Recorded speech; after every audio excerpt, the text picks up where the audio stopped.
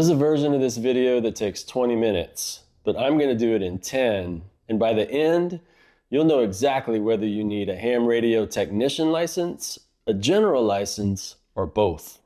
Let's cut through the noise right now. Ham radio. Maybe you've heard of it. Maybe you've used a walkie-talkie before. You know, those little FRS radios that you grab at Walmart for $30? Those are not ham radio. Not even close. FRS stands for Family Radio Service. GMRS is the next step up. Still no license needed for most use, but still very limited. Ham radio is a completely different animal. With ham radio, you're accessing frequencies that go way further than line of sight. Why do you need a license? 2 reasons. First, it's the law. The FCC mandates that anyone transmitting on amateur frequencies must hold a valid license, no exceptions. Second, it's about trust. The frequencies that hams use are shared resources. The license proves that you understand the rules, the etiquette, and the technical basics so that you're not interfering with emergency services or any other kind of critical communications. When you pass your exam, you earn your place in that community. Here's what you need to know about the license structure. There are 3 classes of amateur licenses in the United States: technician, general, and amateur extra. Technician is the entry level. General is the mid-tier. Amateur extra is the full privilege, all access level. Each one opens up more frequencies and more modes of communication. To get your license, you need to pass an exam. You can't skip steps. You have to pass technician first, then general, then you can attempt amateur extra. But here's the good news. Technician and general will give you 95% of what most hams are ever going to use. Let's talk about the exams. The technician exam and the general exam are both multiple choice tests. 35 questions each. You need 74% to pass, which means you can miss up to 9 questions and still walk out with your license. They're administered by volunteer examiners, licensed hams who are certified to proctor these tests. You'll find them at testing sessions all over the country hosted by local radio clubs, ARRL affiliated groups, and VEC organizations. The fee is a flat $15. That's it, $15. Not per exam, not per attempt, $15 for the whole session. What do you need to bring to a testing session? Well, you need a valid photo ID, your driver's license, passport, whatever proves who you are. Your social security number, gonna need that. But that's pretty much it. Some people like to bring a calculator, but honestly, the math on these exams is simple enough that you're not gonna need one. The exam covers basic theory, regulations, and operating practices. You don't need to be an engineer, you just need to understand the fundamentals. Here's something a lot of people don't know.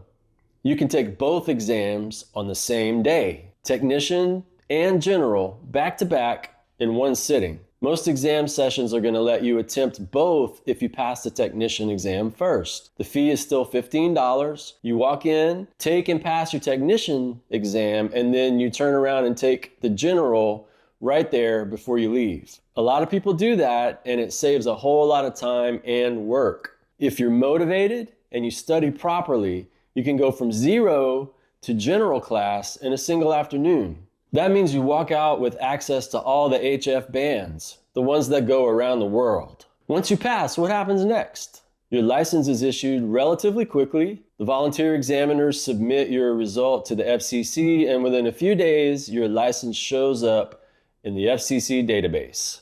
You'll get a call sign assigned, something like KF7ABC or N3XYZ, or like my license, KD0JYV.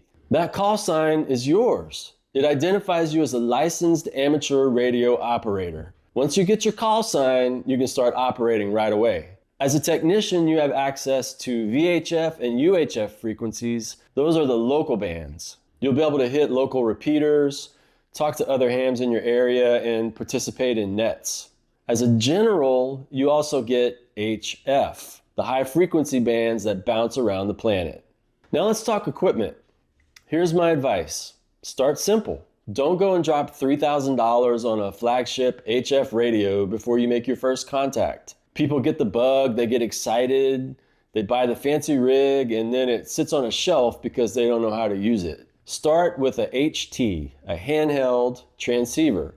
The Baofeng UV5R is the classic cheap entry-level radio. You can find one on Amazon for around $15 to $30. I'll put a link in the description below. It does VHF and UHF. You can hit repeaters with it. You can get on the air and learn how things work without spending a fortune.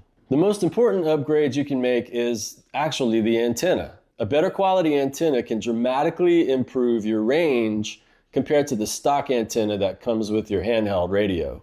That's where you should also spend some extra money when you're starting out, on the antenna, not just on the radio. I'll add a link to a good antenna below. As you progress, you'll naturally want more capabilities. Maybe you add a mobile rig in your car so that you can operate while you're driving.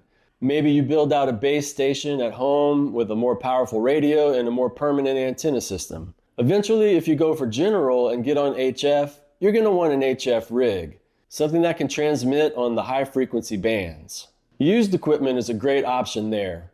A solid used HF transceiver can often be found in the $300 to $500 range, and it'll do everything that most hams need. There's a healthy used market in ham radio because people are always upgrading. You can get really good, capable gear for a fraction of what it costs new if you check out the used market. But take it one step at a time. Get your license first. Get on the air with some basic gear. Learn the etiquette, learn the bands, learn what you actually want to do with this hobby before you start investing heavily. Ham radio is a marathon, not a sprint. The license is your entry point. Everything else follows from there. So here's the roadmap. Decide which license you want right now. Technician only if you want local VHF and UHF operation. General if you want to go worldwide on HF. You can even do both on the same day for $15.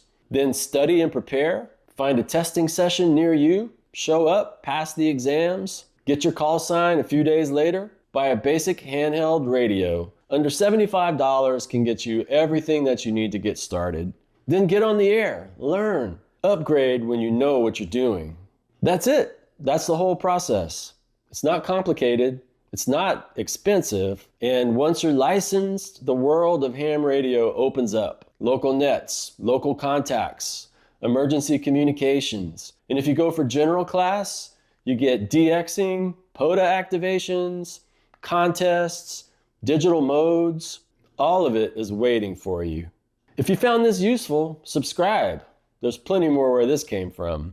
And if you're serious about getting your license, check out the Tech Plus General Accelerator course at hamradiolaunchpad.com/license. Structured video lessons, practice exams, flashcards, and a PDF study guide to help you pass both technician and general in one shot.